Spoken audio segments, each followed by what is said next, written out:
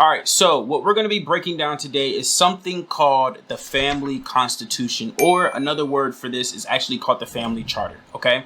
So I'm looking at the screen right now. I'm actually looking at the sample that I'm going to be giving you all, but you have to stay to the end to actually get that link. I'm gonna go ahead and give it to you. All right, so look, this is the Family Constitution. This is super important for you to actually implement. So the Family Trust is actually used for the legal system. That's more like the legal side of things. That's and etc. Right? But the Family Constitution is more for the family principles. So you have the family trust that's more for legal document purposes. Then you have the Family Constitution that's more for family principles. So they're two different things, all right? But they go hand in hand. Okay, so look, this is how the Family Constitution works. So you have your Family Constitution where we have our faces here. You would obviously put, or it's not obvious, but you would actually put your family crest. If you don't know how to create a family crest, link in the description, we got that for you as well. Or you can just go to Fiverr. So you would replace this image with your family crest. You would put your motto here, right? Which is moving fearlessly forward to new frontiers, right? You want to replace that mantra, right?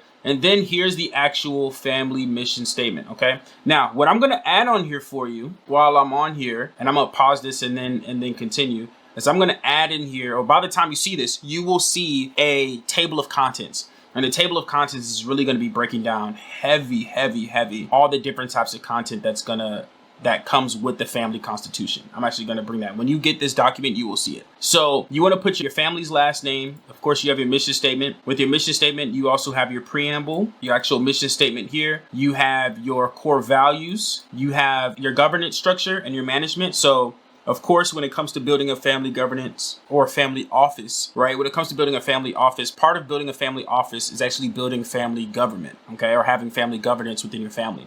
So that's having three different branches. That's having an executive branch, a judicial branch, and a legislative branch, okay?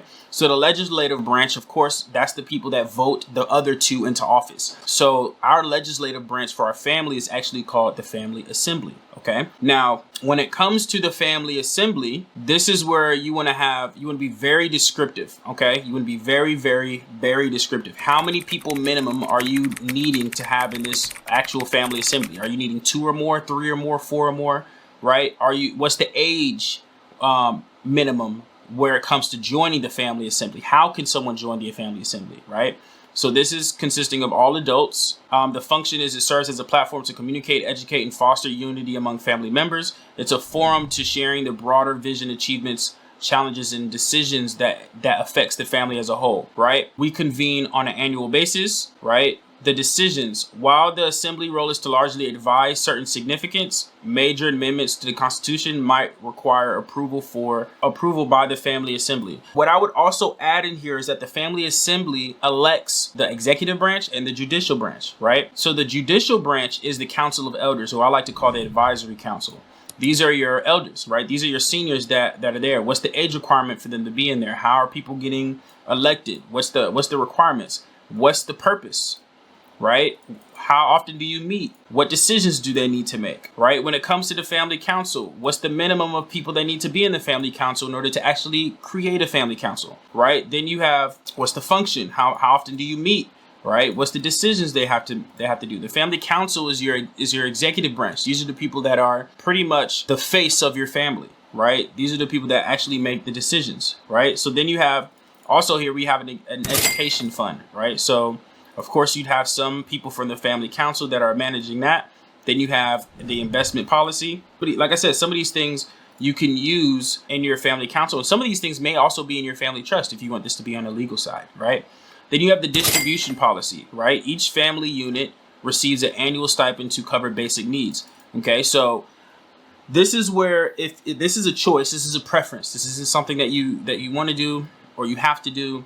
If you want to actually have your family, and this may be something that would be in a family trust if you want, but if you want this to be a mandatory thing, this may be in a family trust, but if you want your children or your family members to get a certain amount of money per month, then this is where this section would go, the distribution. This is the funds for education. You can be as specific as possible. How often are you doing philanthropy? How are you allocating that? How are you doing conflict resolution? If somebody were to have an argument with you at any point in time, how exactly or what instructions or what policies and procedures are in place to solve those issues, because you don't want any form of problems with any financial problems with your wealth. Okay, so you want to have conflict resolution provisions in here. You want to have who's going to be mediating, who's going to be external mediators, right? Who's going to make the changes, right? How is the voting going to happen, right? What's the confidentiality, right? And then you have the closing statements, right? So you can make this as detailed as possible. I'll give you some of the stuff that we've actually done within our family constitution. This is something that we're looking to implement, is we're actually looking to develop our own form of family credit. Okay, this is something internal that we're doing, that we're working on. We're actually building an app right now to actually get that created. And so what's going on is when you're born with a certain amount of credit, just like if it was the regular credit in real life, right? You're born with a certain amount of credit. You go from that credit, you then have to earn points to be able to increase your credit score. And when you increase your credit score, you may get more bonuses. You may get more money allocated to you, right, from the fund. You may you have a certain credit limit on how much you can take. There's a lot of different things that you can actually implement when it comes to the family trust that you may not be thinking. You want to think outside of the box. But this is just one thing that we've been playing around with and we've been working with within our family. But this is key thing. This is super important. This is what you want to actually implement, right? In your family constitution, right? Just to give a summary, you have your family trust and you have your family constitution. Your family trust is dealing with the legal side of your family, and the family constitution deals with the principles side of your family, okay?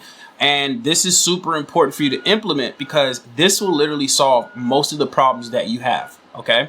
So you guys got to get this implemented. You want to make sure you have a family constitution. I'm giving you all this sample for absolutely free. Make sure you click the link in the description in order to grab it. It's a sample for you. I'll make sure to implement the table of contents in here for you. So make sure you go in the description, join this, implement this for your family, along with the family legacy meetings, and you will see a drastic change in how your family will actually be moving from now on. So hopefully this helps, and I will see you all in the next video.